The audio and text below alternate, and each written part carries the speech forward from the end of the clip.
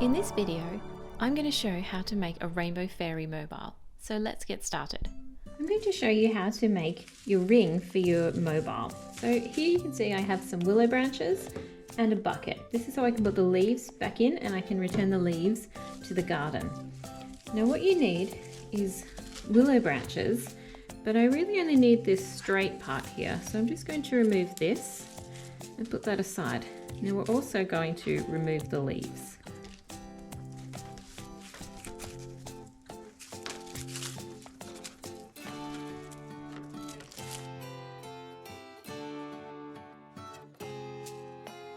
As we go around, I'm just going to take the thinner end and wrap it around a little. Now it's not enough to get all the way around, so I'll bring another one and keep wrapping. Okay, so take another branch, remove your leaves off the next one.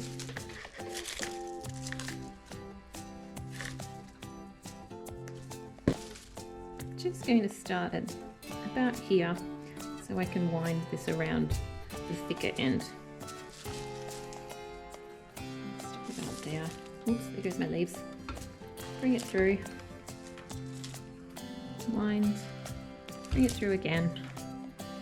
Just wrapping it over to try to keep it all in a circle.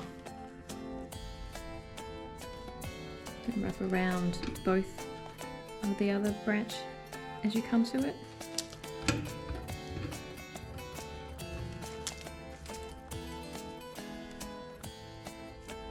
Here, I'm just going to go back so I can include that branch as well.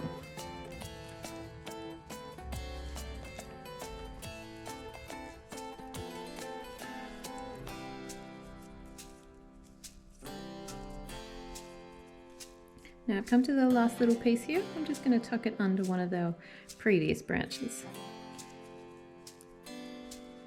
Now what I'm going to do is get cotton and thread and just tie the cotton around this section and this section here. Right, I have my needle and thread. You don't strictly need to use a needle. I just like to use it because I feel that it gives me more control over where the thread is going. So here, I'm just going to come under this little branch. I'm going to wrap it around over the top of that one and do it one more time. Now I've done that, I feel I can tie a knot and it might bring that little end piece into the circle a bit better. Yeah, it did. So make it a double knot, otherwise that first one will come undone. So now with this, as you can see, I've brought this cotton right through this branch here. So I'm going to take my scissors and cut it right to the edge there.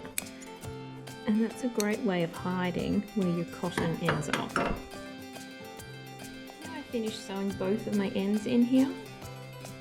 I have finished my ring. Now we're going to go ahead and make our fairies. Now I've gathered all of my supplies ready to make the fairies. It's been a few days since I finished my ring, and as you can see, it's turned a beautiful golden brown. So the other supplies I have is my wool roving for stuffing the fairies' heads, some plain cotton thread. I've also got this shimmery, sparkly thread. It is polyester, so that's worth noting, but it's quite nice to have this thread to hang your little fairies to the ring. I've also got my scissors, and I have 12 different pieces of coloured fabric. Now my fabric here is plain cotton muslin, which I dyed myself. You can see that it's a very sheer, very thin fabric. Silk is also really good for making fairies. If you're going to dye the fabric at home, it's probably easier to dye with silk because you could use food colours. Otherwise you will need to make sure your dye is suitable for cotton. To begin with, we need to cut squares out of each colour of fabric. Now I'm going to cut my fairy squares at 20 centimetres. That's about 8 inches. So to cut cotton or silk, I'm just going to line it up here and make a little cut, about 1 centimetre or 2, half an inch in, and then I'm going to pull it apart and it will rip, like so. Now from the other way, when I'm about 8 inches or 20 centimeters, I'll rip this way. Just trim your little edges. Now that's the square I want. In a moment, when I've cut all of mine, I'm going to iron this so it's all nice and flat. I'll also trim these little edges. I'm not going to hem this fabric because I just want it to have these little edges here, and they'll hang like this. Now that all my fabric has been cut, I'm going to take it and iron it so that it all is nice and flat and smooth, and then I'm going to come and trim these edges a little bit. I'm also going to be very careful to make sure it stays in the order that I want it in. That'll make it a bit easier later. Since we haven't put a hem on our little squares of fabric and the edges are just raw, you will have these little wispy bits on the end. All I'm doing is coming along and making sure that there's no long strands like this. So I'm just cutting those off so it looks a little bit neater and making sure there's no other bits sort of tangled underneath like this. And if you've got an edge like this, I'm just going to straighten this up a little bit.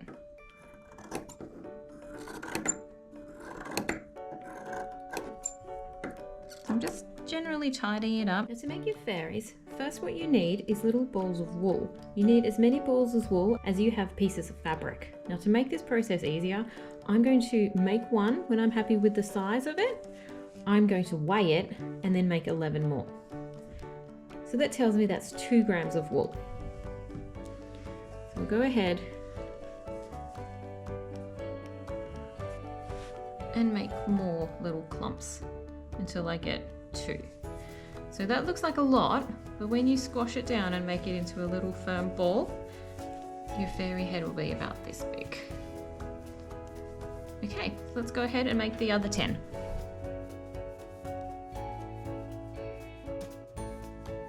Now that you have all of your little bundles of wool measured out, we're going to make them into a ball shape. The easiest way to do this is to roll it a little bit and kind of scrunch as you go. It doesn't matter so much if there's a little tuft at the bottom. Now, while you're holding your wool in your hand, I'm going to take a length of cotton, about so long, cut it so it's ready. Now I'm going to get it in a knot so the knot is ready to loop over the fairy head. So there's my knot. I've still got my ball here. I'm going to take my fabric. Now I'm going to try very carefully to get this right on the first time because this is going to scrunch my fabric.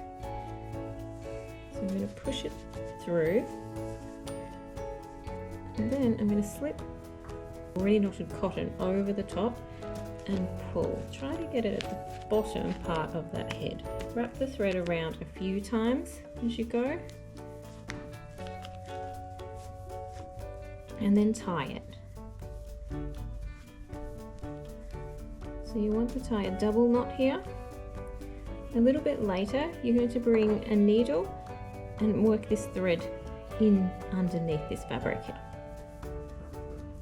So your knots and your thread will be on the inside. At this point you can give your little fairy head a bit more shape if yours is a bit wonky like mine is. Okay, so let's go ahead and make the rest of them. To finish off our fairies, what we need to do is take our 2 threads and cut them about the same length.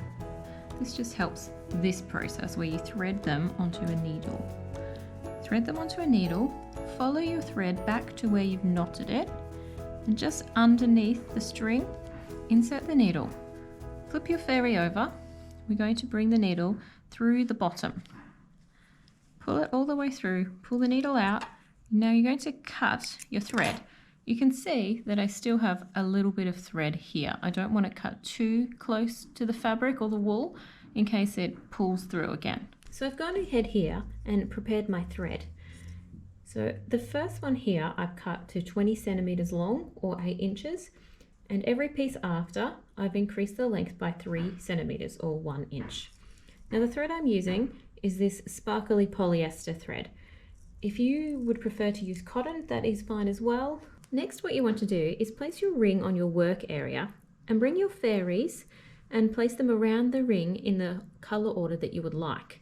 Now evenly space them, because this is where you will tie them. Once you have placed your fairies, decide which fairy you would like to be at the top of your mobile and which one will be at the bottom. I'm going to start with this one being at the top, and then they will spiral to this one being my last here. So I've attached this one already using my shortest thread, and then going around using slightly longer threads each time. To attach the fairy to the ring, take your thread that you've already prepared, thread it onto a needle. Then we're going to take our fairy, tip him over.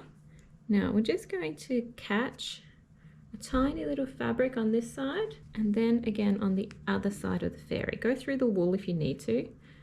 This is just helping it stay together a little. Now pull the thread through until you've got about 1 inch or 3 centimeters. Then we're going to tie a double knot. Now you need to be careful when you tie these knots, because you want this short thread to be the same length on all of your fairies. This is important because we've already cut our threads to size, so to make sure we achieve the proper length for all of our fairy heights. Now that we've got our thread double knotted, and I've got about 1 inch or 3 centimeters here, I'm going to take my needle and insert it through the middle and bring it right up through the head. Now I'm going to play around with this until I get it right in the center here. So keep wiggling it until it's right where you like it.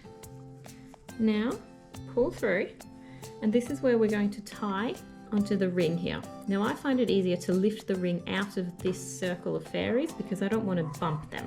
I've just finished securing all of my fairies to my ring. Now I've cut 2 more lengths of string. Both are the same length at 60 centimeters or about 2 foot. We're going to then secure them to our ring at opposite ends, and then we're going to bring them together and form a loop. This will be where we hang our ring from.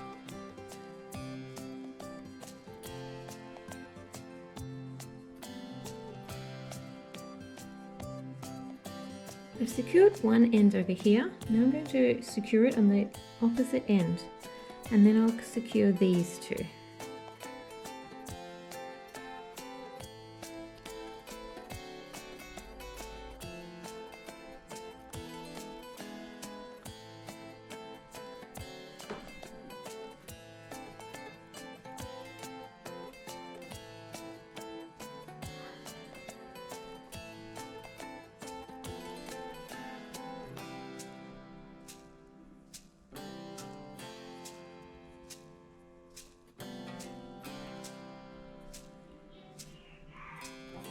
So here's one string.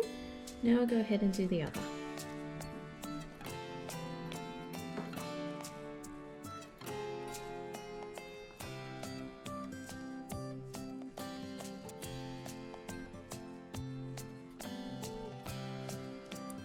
I'll take this to the other side and secure there.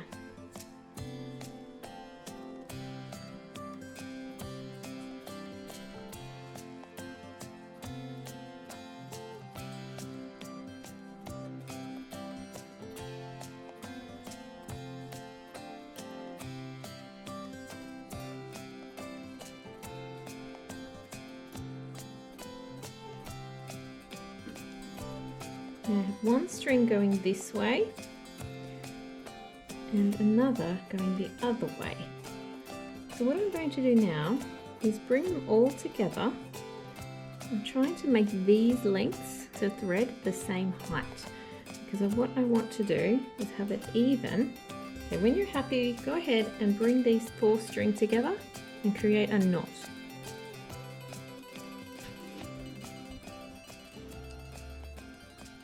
And we're going to use these loops, and this is what we're going to hang our fairy ring from. And here are our fairies all in their place. Thank you for watching, and if you found this video helpful, show your support by giving it a like. And if you'd like to stay updated with all of my new tutorials, please subscribe.